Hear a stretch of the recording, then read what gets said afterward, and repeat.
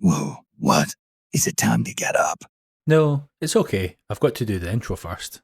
Okay, I'll just lay back down. And stop speaking. You know you're not allowed to. Hold on, what do you mean I can't speak? Yeah, you know, it's because of...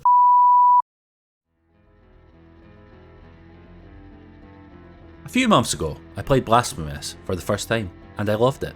It has an amazing blend of challenging Metroidvania style gameplay and a completely, utterly bewildering story. I mean seriously, I had no idea what was going on at any point, but I loved it anyway. Exploring the world, conquering formidable foes, and not really knowing why I was doing any of the things is right up my alley. But that isn't really all that important right now. What is important is the absolute nightmare challenge I subjected myself to for this video. That being attempting to beat Blasphemous without, well, anything really. No damage upgrades, no new abilities, no health or healing upgrades, no rosary beads, no mea culpa hearts, and no magic. Simply put, if we didn't start the game with it, then we aren't going to be using it. And this challenge hurt. I mean, it really hurt. Some sections were absolutely devastating, and they genuinely made me question why I do these runs. But that's for later in the video. For now, let's start at the beginning. Excellent! The game starts with the player character, the Penitent One, awakening on top of a seemingly endless sea of corpses, and then it almost immediately throws a boss at us. The Warden of the Silent Sorrow gets all smashy, then leaps into the foreground for a bit of a tussle. This guy is incredibly simple as he only has 2 attacks. The first involves smashing the floor in front of him with his weapon. This causes a decent chunk of damage if it lands, and produces a damaging shockwave. The idea is to either back away avoiding the blow and jumping over the shockwave, or to slide under his legs and get some counter blows in from behind. His second attack is to basically jump in the air and hope he lands on top of you. He rarely does, so we make use of 3-hit combos for maximum damage as he alternates between his attacks. We dodge him at every opportunity, avoiding all damage, and before you can say Bob's your uncle, he takes a final blow and collapses. Then we drain his blood, stick it in our helmet and wear it for some reason? I'm sure it all makes sense. Let's move on. With the Warden down, we head rightwards through the swamp, where we get to practice our parries on some of the local mobs. After trudging through the mud, we make it to the closest thing this game has to our hub area, Alberto. Unfortunately, this isn't a huge deal of interest for us, as there simply isn't anything we can do here, like upgrading. We move on. We proceed rightward once more through the wasteland of the buried churches and towards the game's next boss. The wastelands are a relatively simple platforming section and the enemies are easy to take down. Next up we have Mercy Dreams, which is an area where we simply need to keep heading downwards via a series of side rooms. After completing each side room we get to unlock a shortcut back to the previous altar, so we are never far away from safety. There are a load of enemies and a load of traps, but nothing terribly notable. Most of the traps can be easily avoided and the enemies dodged or killed. When we do get hit, it's really for minor damage due to this being such an early area. Eventually we make it to the bottom where we find another altar and our next boss, Piedad. This big goat demon tree thing is a step up compared to our previous boss, most notably in that he has a decent range of moves and can do damage with them. The first move is a swipe at ground level, which you can jump over, giving you the perfect chance to dish out the damage. His second move is a stomp that we can slide under easily enough, although it does cause damaging roots to spring from the ground. Typically, they can be avoided by keeping moving. He can also do what looks like a Dragon Ball power-up move initially, which actually results in a wall of roots expanding out from him. Backing away is enough to deal with this one. Last up, he can fire projectile brambles that stick about on the ground, causing contact damage. A quick sword slash deals with these. And to make it tougher as he takes damage, all of these attacks become more potent. Extra projectiles and extra roots increase the pressure. Since his health reserves are really quite low, a couple short minutes later and we have him on the ropes. We keep dodging and keep swinging, and then he goes down. And that's that. With him dispatched, we head through to a magic teleporting coffin, chat to a strange flying head, and get our first game progression MacGuffin. From there, we cut forward to our next major destination, John Doe. This area is much more platforming focused than the last, but it's still pretty straightforward. We have to deal with a recurring gimmick involving damaging sound waves produced by some chime guys, which manages to catch me out repeatedly. Then there are these strange boomerang throwing split in two guys that absolutely destroy me every time. Dodging their attacks has always perplexed me, although in reality it's as simple as hitting their blows back to them and then going in for the kill. To proceed through this area, we explore until we find 2 chains held by statues that we can free, allowing us to ring a big old bell that breaks all kinds of stuff, unlocking the route to the next area. That next area being Grievance Ascends, a relatively short but frustrating area. Most of it isn't too bad, although there are a couple of enemies that are able to take a chunk out of me if I'm being careless. What sucks though are these little challenge rooms that involve killing all the enemies to proceed. Not because they are hard, but because one enemy in particular decided to glitch out on me multiple times, necessitating a hard reset back to the last altar. No matter, we proceed by evading foes and lungs full of poisonous gas until we reach the next boss, Angustias. This is where I'd say the challenge began. Now, this boss isn't particularly tough on balance, but it's a massive step up compared to the last, and it's the first boss where you would realistically expect to have some upgrades in place. I'm thinking at least one damage upgrade, and possibly a couple of extra healing flasks, alongside some damage resistance speeds to improve your survivability. Initially, this fight consists of 3 armed ghost-like women that fly about while attacking you. You have to chase them and dish out the damage while evading their attacks. And the arena constantly moves up as a fire rages below, meaning you have to keep moving. Did I mention that complication? 2 of the women are armed with spears that they throw at you in turn. They lock onto your location, travel in a straight line towards it when they fire, except there is a gap between the locking on and firing that allows you to not be there anymore. The 3rd woman is much more annoying though. She has a bludgeoning type weapon that she fires off like an arcing boomerang, potentially resulting in multiple blows. It's relatively easy to dodge when you're at a distance, but if you're up close it will probably hit you by default. And guess what? You will be up close, as you will be trying to deal some damage. Except there is a tell, a small red flash just before it fires, giving you a moment to dodge away. Just hopefully not straight into the attack, of course. Then there are the more structured attacks. The 3 can either line up horizontally across the room or vertically against one of the walls, before firing off the bludgeon and a number of back-to-back spear attacks. These attacks are a real pain at first, but become very predictable with practice. Last up we have the Mega Merge attack, which involves the 3 becoming one before firing off a hyper beam. This one is simple to evade, resulting in a free chance to deal some damage.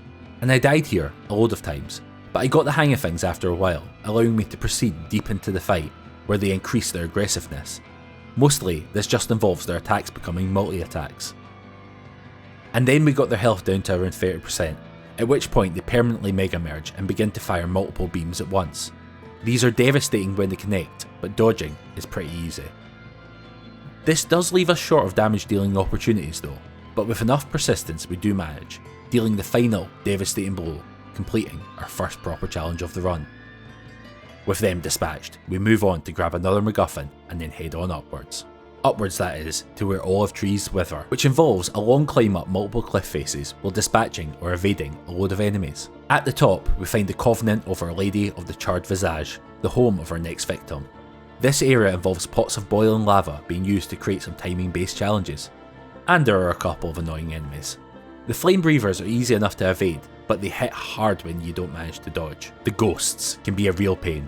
You can't always get to them as easily as you would like, and they can sure as heck make your health bar non-existent from a distance. After a bit of struggle, we end up at the top of the area and come face to face with Our Lady herself. And boy does she give off some serious Andros from Star Fox vibes. Now this fight is interesting, as it has 2 diametrically opposed halves. The first half is utterly trivial. The second half is utterly crushing. Essentially, dealing with her involves repeatedly smacking her in the very obvious weak spot, while avoiding getting hit by her hand attacks. There are energy ball barrages. The fast barrage is not to be messed with, but backing away to the end of the room is about all you need to do to counter this. The slow form can be dodged with ease, leaving plenty of time to dish out the damage. Then there is the fireball attack, which can hurt like all heck, or act as a major source of damage when struck back at Our Lady. The laser beams are easy enough to avoid by simply readjusting your position, but they hurt a lot when they do connect. And it's all very simple, until the second phase, where a second hand appears and the double attacks start. A convenient fireball barrage allows us to do massive damage as we are crossing into the second phase, meaning we don't have to do quite as much work in the second phase. Our Lady then decides to be reasonably kind with her centre stage position, which allows us to dish out loads of damage while still evading. The problem is just the constant pressure being applied from both sides.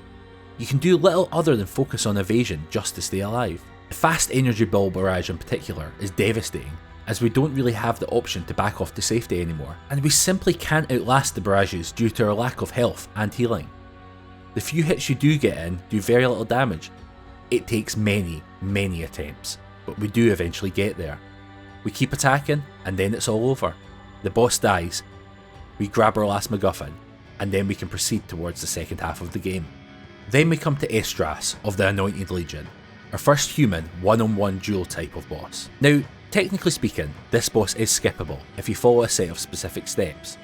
A set of steps that leads to one of the game's alternate endings and a couple of extra phases on some later bosses. I can't unlock this ending within the scope of this challenge though, as it would involve some item usage and permanent damage boosts that fall outside of the rules of the challenge. As a consequence, it only seems fair that we should have to contend with Esdras. Now this fight has a lot going on, and it takes a long time to get to grips with everything. It also perfectly exemplifies how far we are starting to fall behind the curve. The damage we can dish out is utterly pitiful, meaning we are in for a really long fight. A really long fight that we don't have the health or healing to sustain through. Basically, we just have to get really good, and stay nearly faultless for the duration. In terms of the boss himself, there are a load of attacks to contend with, and I thought I had the solution. I attempted to take advantage of this being a duel fight. Almost all of the boss's attacks can be blocked, with a number of them helping to create high damage riposte opportunities. And this worked well for a while. But then new attacks came into play, and I just couldn't tell what moves were being used quickly enough to tell when I needed to parry and when I needed to evade. And then it just sort of clicked. We could just always evade his attacks. We could jump over them and be in the perfect position for a follow-up. I mean, sure, the damage output per blow would be lower, but so would the number of blows we took in return. Staying alive had to be our priority. He likes to close the distance quickly with a spinning attack, and he can lock down the arena by following this up with some lightning bolts. He also loves to get in close for the beatdown. With all of his attacks, if you manage to perform a follow-up, then he will perform a lightning blast to force you to back off. As his health starts to drop, he adds a few extra moves into the mix. The first is a bit of a fake out beatdown, where he instead blasts you into the air and rains lightning down. The second involves sending out lightning blades that you have to duck under. He also adds the occasional variation to his spin attack that sends a blade out in front of him, forcing you to react much quicker. And then there is his final phase. At 30% health, he summons his sister, a flying Valkyrie-like woman. She isn't terribly difficult to deal with, in that all she does is occasionally charge towards you, forcing you to jump over her. But her presence is a nightmare. It's just one more thing on the screen that you have to keep track of at all times. One more thing that distracts you from the main threat and results in you taking an otherwise easy to avoid blow to the face. Needless to say, mastering this one took a while, but master it we did. Towards the end of the fight, we started getting bumped and bruised. Our healing sat empty and our health low, and all hope appeared to be lost. But we held our nerve, evaded a few final blows, and delivered the last of around 200 strikes, the killing strike. From there, we have to get through a few areas before we get to the next boss. And that is starting to become a bit of a problem in itself. The enemies are now able to hit really hard and have lots of health, so dealing with them is becoming quite dangerous. The journey through the patio of the Silent Steps comes with a couple of challenges. The first are the fire pot urn guys who jump about like lunatics and chase you for considerable distances. The second is the fireball breathing abomination at the end of the area. This thing has so much health, and its fireballs really hurt. The fireballs are easy enough to avoid, except when they occasionally and unexpectedly get reflected off of the back wall. It's basically a battle of attrition, and it won't be our last. The next area, the Mother of Mothers, is a transition area for us for now, so we push through to the Library of the Negated Words. This area is another tricky one, with a variety of challenging enemies, many of whom appear simultaneously. The first are guys that like to lob boomerang books at your way, very much like the split head guys from earlier. And I'm still not a fan. The headless something is also a pain. He sends out swarms of floating heads to chase you, cutting down your positional freedom. The laser ghosts in this area are just an upgrade of the previous laser ghosts, and they can fry you in no time flat. Then you have the ghostly readers that can create a tough obstacle, causing you to burn through your healing. It turns out you can avoid triggering them though by not stepping on any books, which was a welcome find. At the bottom of the library we enter our destination, the Sleeping Canvases. This area is short, with two notable obstacles. The first is a giant statue dude that we must kill, only he can down us from just about full health in one hit, and he takes about 40 hits to go down himself. The second is a series of swinging traps. They aren't so bad, but one blow can lead to your death and you having to face off against the big guy once more. Oh, and did I mention there's another fireball guy? Yeah, that sucked a bit. Then we come to Exposito, Scion of Abjuration. A giant blind baby being carried by some sort of wooden doll and able to attack with a giant scorpion tail with a face. Yeah, I got nothing. Let's just kill it. This one took about 30 minutes to get to grips with, so it wasn't so bad on balance. In the first phase, we have to dodge a range of attacks including the scorpion flying around and dropping acid on us. It also loves to fire bouncing fireballs our way. Mostly avoiding these just involves decent positional work. Then there is the baby's tantrum attack, which is an insta-kill if you get caught, although this really shouldn't happen.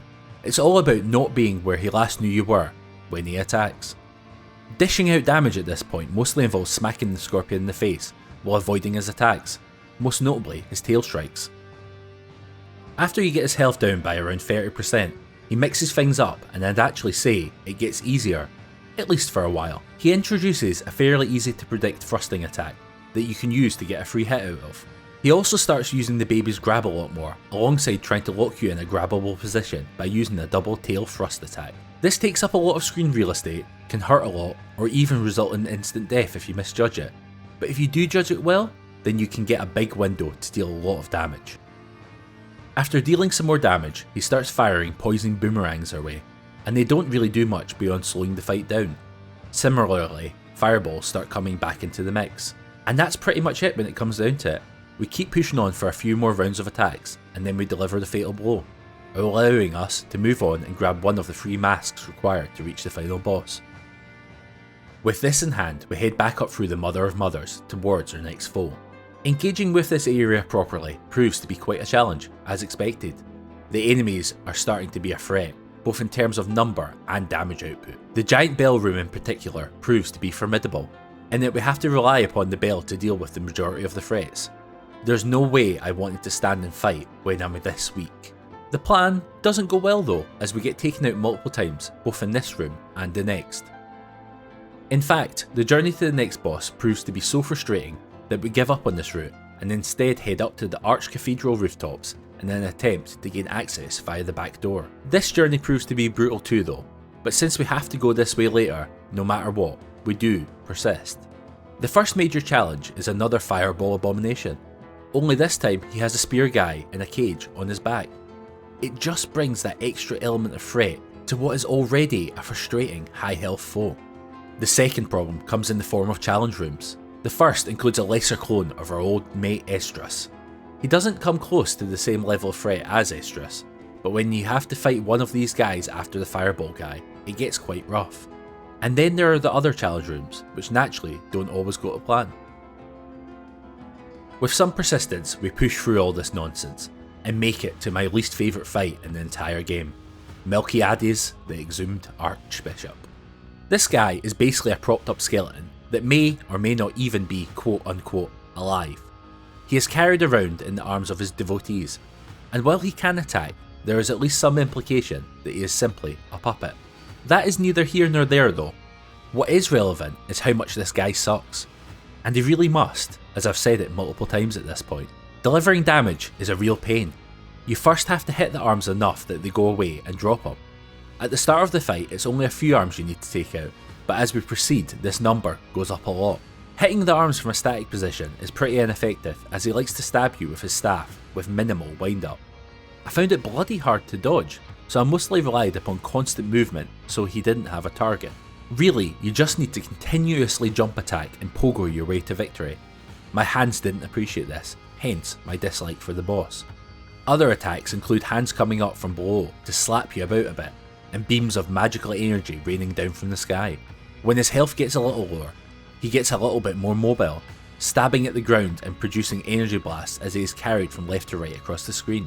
This attack notably has 2 variations, where the staff can either be vertical or diagonal, which changes the positioning you need to be aware of to avoid blows. He also starts adding triple staff thrusts into the mix towards the end, which can catch you out if you aren't expecting it, especially when you go into attack thinking you're safe. Things start to look incredibly dicey towards the end of the fight, especially as we put him within one hit of dying during one cycle, but we can't quite finish him. A little bit of caution sees the job done though, as the boss falls like all of the others. With another mask in hand, we head on upwards. Upwards, that is, to contend with the game's first boss's long lost siblings. I was initially worried about getting overwhelmed, but I shouldn't have been. You have to pay attention due to there being a lot going on, but thankfully, they just don't hit hard. They bite the dust in short order, and we proceed into the Wall of Holy Prohibition. This area is a prison with some annoying charging enemies that can stun lock you and slaughter you. There are also some bigger guys that have to be whittled down with care, but we have been through this before. And then there's the boss, and he is, well, he's magnificent. Quirce, returned by the flames, has to be my favourite fight in the whole challenge. It just represents that sweet spot where there is a genuine challenge that requires you to play well, but without any annoying, unforeseeable twists that result in a cheap death. Even better, you have to get in the zone with this one. It's like a dance with Quirce getting faster and more dangerous as time goes on, forcing you to dodge and weave with increasing precision. This guy has a lot of fast, hard-hitting moves that can take you down in a single hit, or stun lock you into taking multiple blows. First up, he hangs from the ceiling doing his best Batman impression, while throwing his flame sword around the room like a boomerang. There are two variations of the sword's travel path, but both are easy to avoid, resulting in a good attacking opportunity. Next up we have the charge and fire pillar attack, which is easy to avoid by jumping over him. This one can be used to dish out some counter punishment. He can hang from the wall and launch his flame sword at you with minimal wind up, requiring you to quick duck for dear life. While swordless, he loves to drop down on you and create flame pillars. While relatively easy to dodge at first, getting hit by this becomes a death sentence later on. He starts dropping down at a relentless pace and produces up to 5 pillars of fire per attack. His flame charge attack requires you to jump over his head multiple times, which is easy enough, but it does have a relatively small wind up and he moves surprisingly fast, so it can be tricky. With his sword back in hand, he sends a wall of fire your way, forcing a swift retreat. And then he simply repeats all of this, but with ever increasing ferocity. All in all, this fight took about 7 minutes start to end, so let's just cut forward and watch it play out.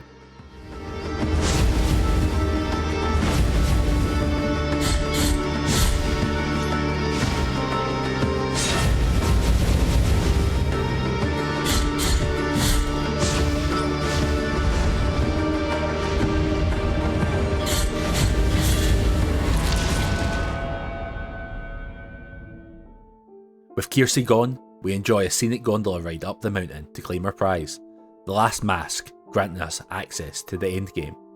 We proceed up to the final area, ready to face the final boss. But alas, the game has other plans. We need to first face our greatest threat to date, a one-on-one duel with Crisanta of the Rapt Agony. And well, there's no way to sugarcoat this one. Crisanta utterly crushes us. She is fast, hits hard, and can cover the entire screen without any real warning. On the other hand, our attacks do almost nothing. I'd be better off hoping she trips and breaks her neck than relying upon tickling her to death. There's almost no opportunity for healing, not that it would be much help, as one mistake more or less spells death. And it did, over and over and over again.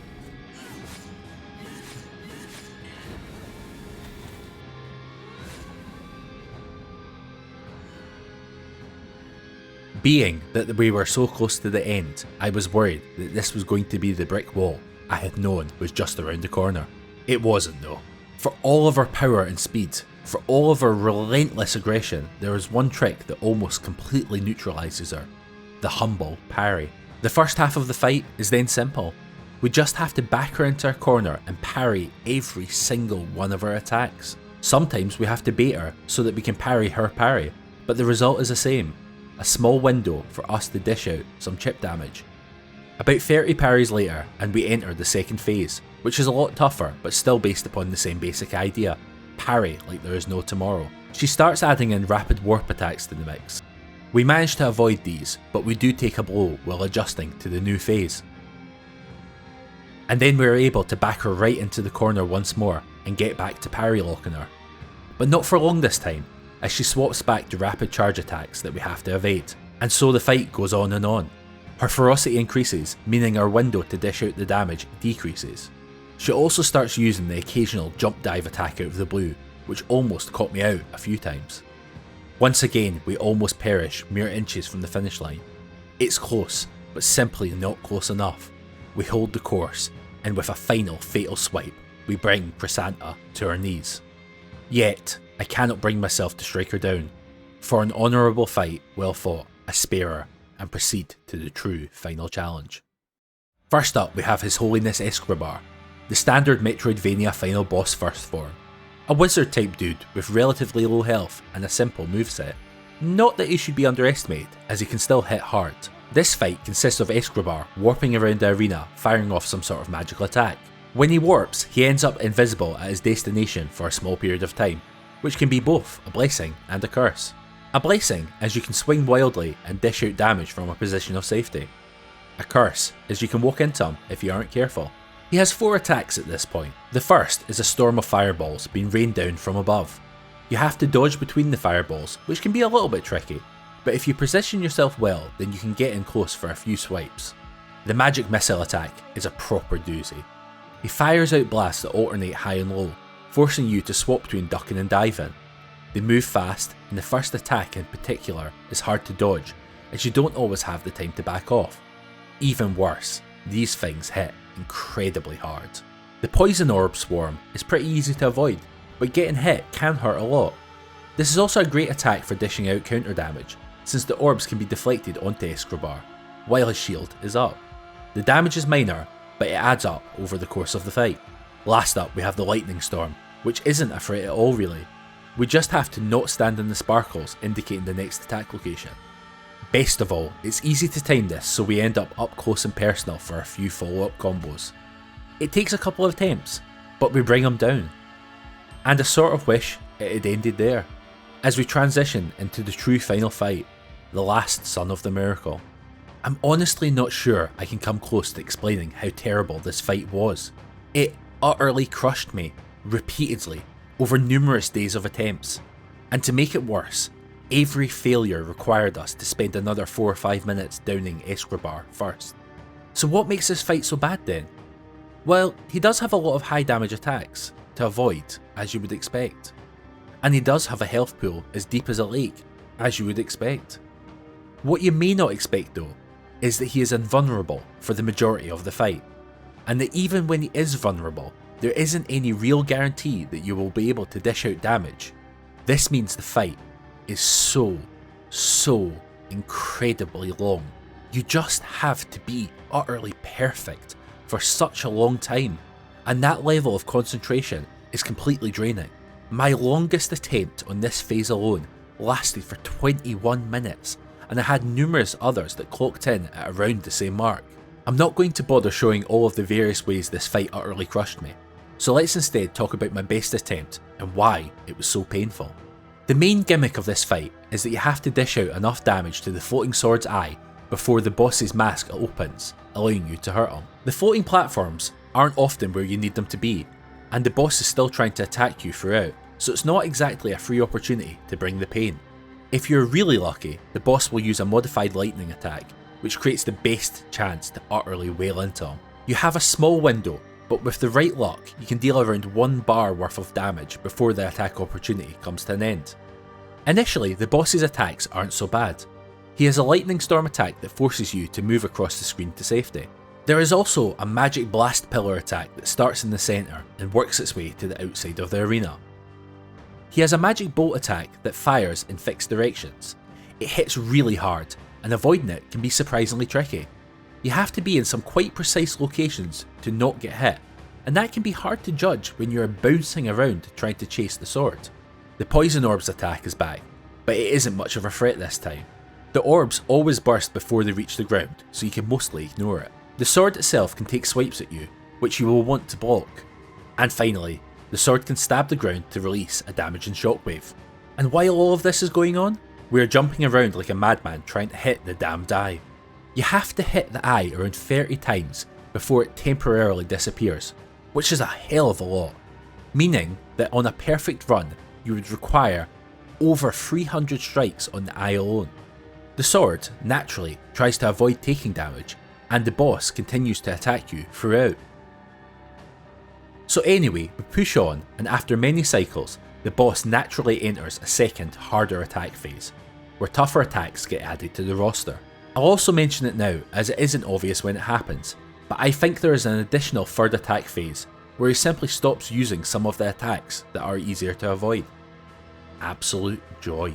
Anyway, the big shake up at this point is the introduction of the Firestorm, which can be incredibly tough to avoid.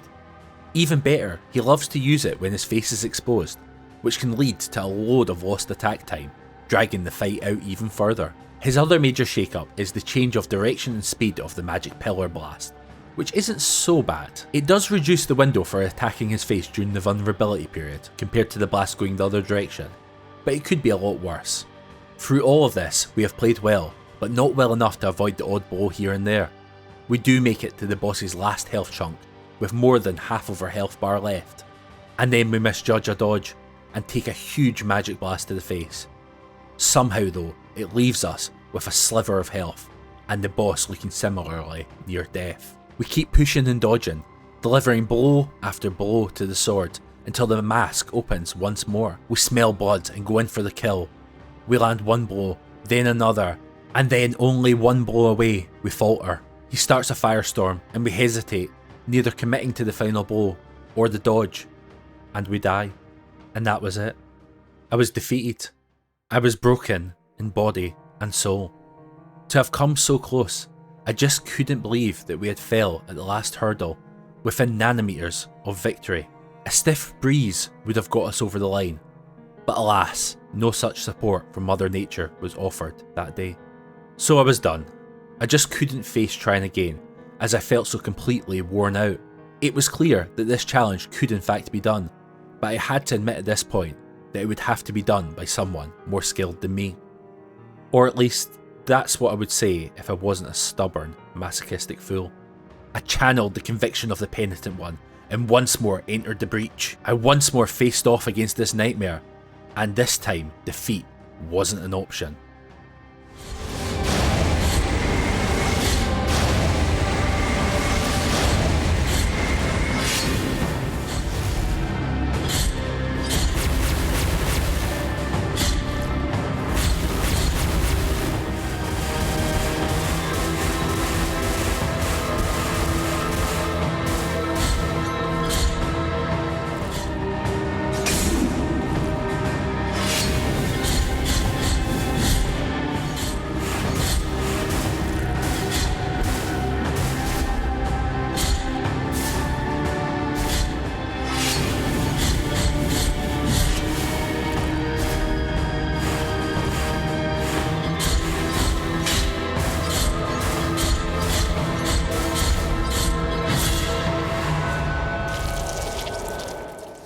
So finally, after 7 hours of attempts, the last sun fell, and with him, the challenge was vanquished. The Penitent One proceeds through to climb the ash pile, only to be swallowed by it. His penance has ended, and he is allowed to rest. I am allowed to rest. Thanks for watching the challenge. This one was probably my hardest to date, so I hope my suffering made for some halfway decent light entertainment. If it did, why don't you check out some of my other challenges, such as the card on screen. Have a great one. Goodbye.